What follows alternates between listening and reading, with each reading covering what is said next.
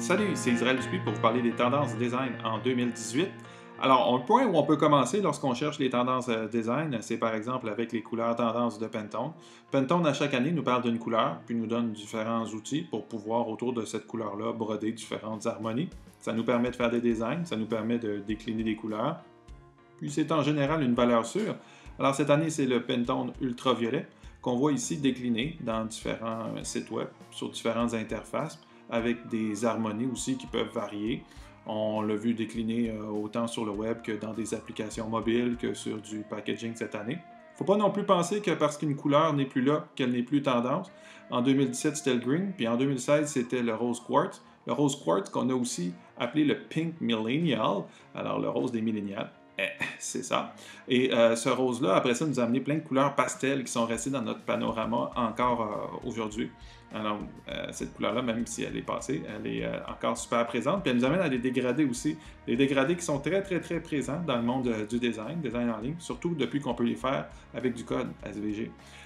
Les dégradés nous amènent aussi, des dégradés qui étaient là, nous amènent à une nouvelle tendance qui est celle des duotones plus marqués, donc des duotones super vibrants.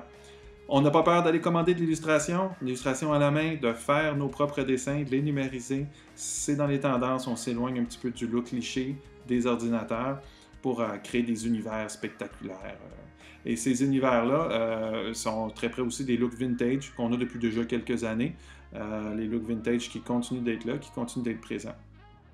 Par contre, on voit apparaître des images un peu plus introspectives.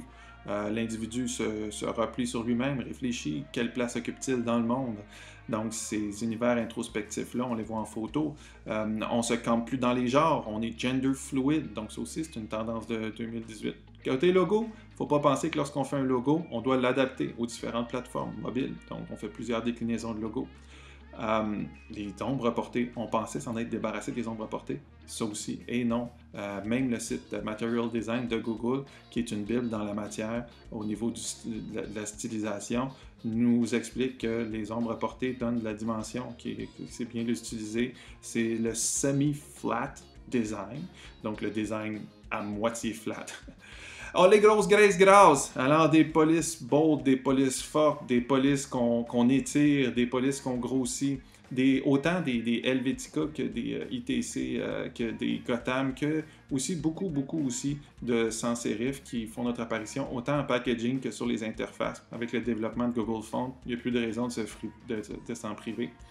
Maintenant, les interfaces portatives, on voit ce qu'on appelle les mini-interactions, vraiment bien s'établir. Donc, ces mini-interactions-là, c'est des petites animations qui font en sorte que l'utilisateur, lorsqu'il utilise nos plateformes mobiles, a vraiment une meilleure expérience. C'est un peu plus fluide, c'est un peu plus animé.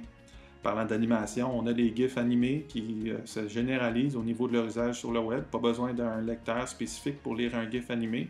Puis avec les animations JavaScript qui deviennent de plus en plus faciles d'accès, faciles à concevoir aussi, et légères pour le web, multiplateforme, on les voit se généraliser. Avez-vous vu le ultraviolet dans les lettres du logo de Uber qui s'anime?